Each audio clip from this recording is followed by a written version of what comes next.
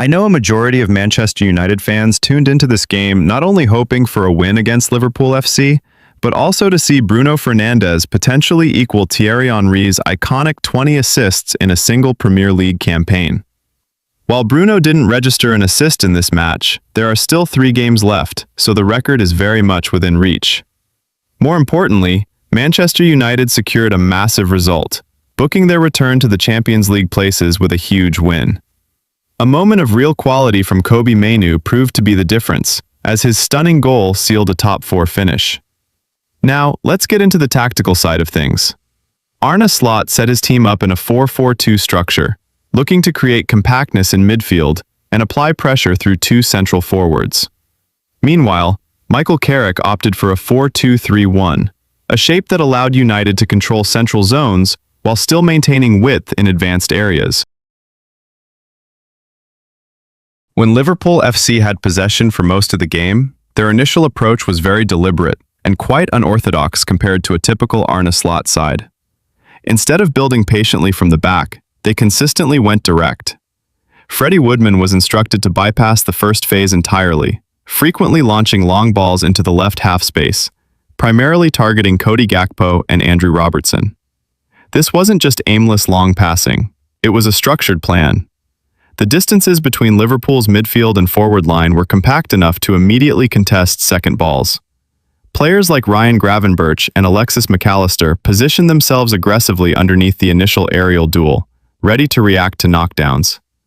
The objective was to skip Manchester United's first line of pressure, led by Bruno Fernandes, and attack before United could establish their defensive shape. However, this plan largely failed for 2 key reasons. First, United center-backs dealt comfortably with the first balls, winning a high percentage of aerial duels.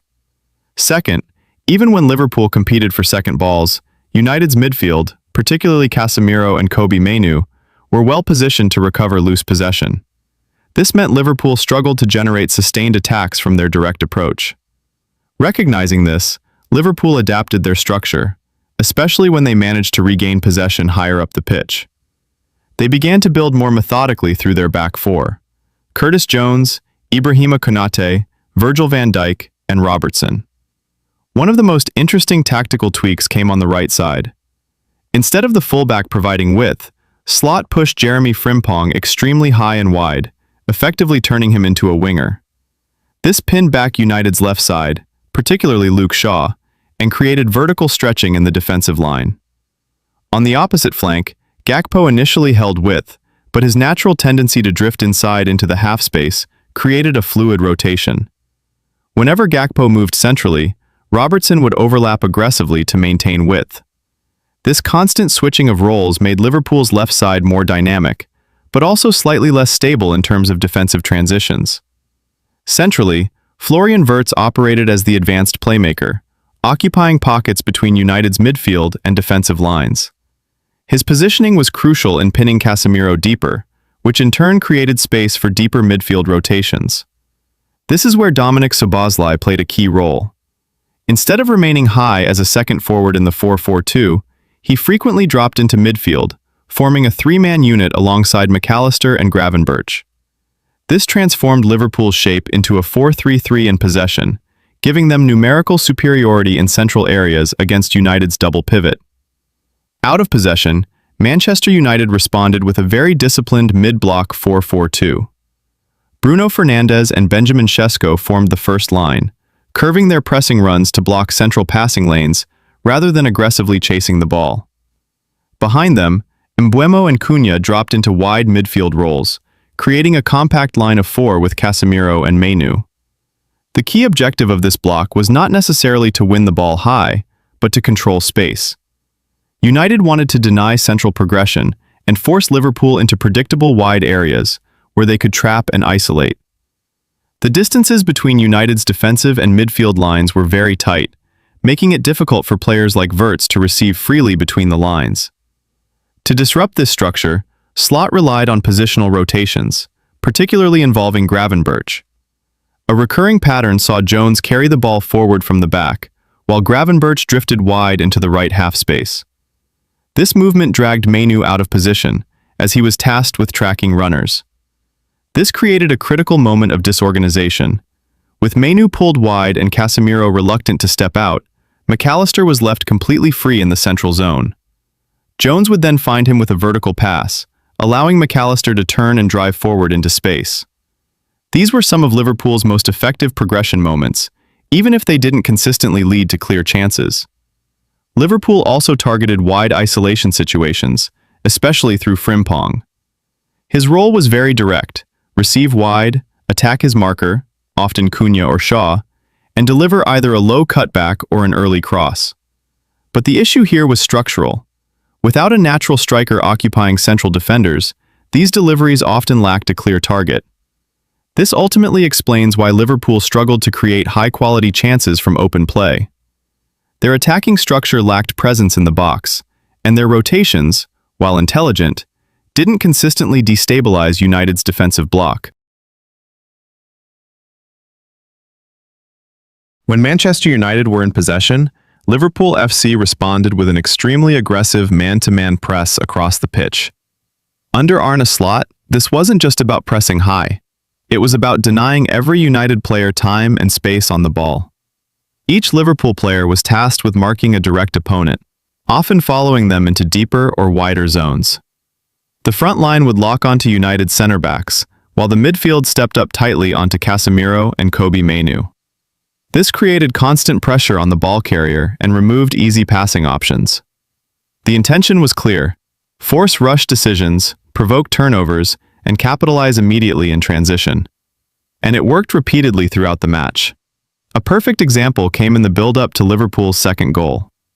With United attempting to play out, Lemmers, in possession, was immediately surrounded as Liverpool had already locked into their man-to-man structure.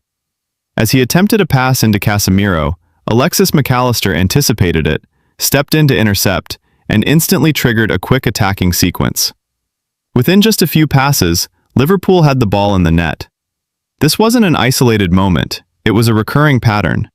United consistently struggled to progress cleanly because Liverpool's press disrupted their rhythm and forced them into uncomfortable situations. To deal with this, Manchester United adjusted by going more direct. Rather than insisting on short build-up, they frequently bypassed Liverpool's press with long balls, especially toward the right flank. The primary target was Bryan Mbeumo, who was tasked with competing for aerial duels, securing the first contact, and allowing United to advance through second balls. This approach helped United escape pressure, but it also made their possession less controlled and more transitional in nature. In the final third, however, United showed more structure and positional play. Their fullbacks, Diogo Dalot and Luke Shaw, pushed high and wide, providing maximum width. This forced Liverpool's defensive line to stretch horizontally, creating gaps between defenders. At the same time, United's wingers moved inside into the half spaces, occupying more central positions closer to goal. This inward movement created overloads between the lines and made it harder for Liverpool's midfield to track runners effectively. To support this structure, one of United's double pivot, most often Casemiro, would drop deeper into the defensive line, forming a temporary back three. This allowed the center-backs to spread wider and gave United better angles to circulate possession, especially when Liverpool's press wasn't fully engaged. With Dalot and Shaw holding width, United aimed to stretch Liverpool's shape as much as possible. When these fullbacks received the ball in space, they had two main options: drive forward and commit a defender before releasing a pass into the channel for an inside running winger. Deliver crosses into the box, looking to exploit the spaces created by their wide positioning. However, Liverpool's defensive recovery and compactness often limited the effectiveness of these actions. Without consistent central presence, many of United's crosses lacked a clear target, and their attacks sometimes broke down before reaching high-quality shooting positions. Overall, this phase of the game became a tactical battle between Liverpool's aggressive, disruptive pressing and Manchester United's attempts to either bypass it directly or stretch it through width and positional rotations in the final third. In the end, this was a game that highlighted both the tactical intensity and adaptability from both sides, but it also underlined just how far Manchester United have come under Michael Carrick. Carrick deserves huge credit for what he's built with this team. From a side that once looked disjointed and inconsistent, he has developed a clear structure, both in and out of possession. Whether it's the discipline of the mid-block, the flexibility to go direct under pressure, or the positional rotations in the final third, United now look like a team with identity, purpose, and control. More importantly, he's guided them back into the Champions League places, which is a massive achievement considering where they were. And then there's Kobbie Mainoo, who continues to show maturity far beyond his years. In a game of this intensity, against a midfield full of quality, he didn't just hold his own, he dictated moments. His composure under pressure, his intelligence in positioning, and his ability to progress the ball were all crucial to how United managed the game. And of course, he capped it off with a brilliant goal, stepping up when it mattered most. Performances like this are why Mainoo is quickly becoming one of the most important players in this Manchester United side. Under Carrick's guidance, he's not just developing, he's thriving.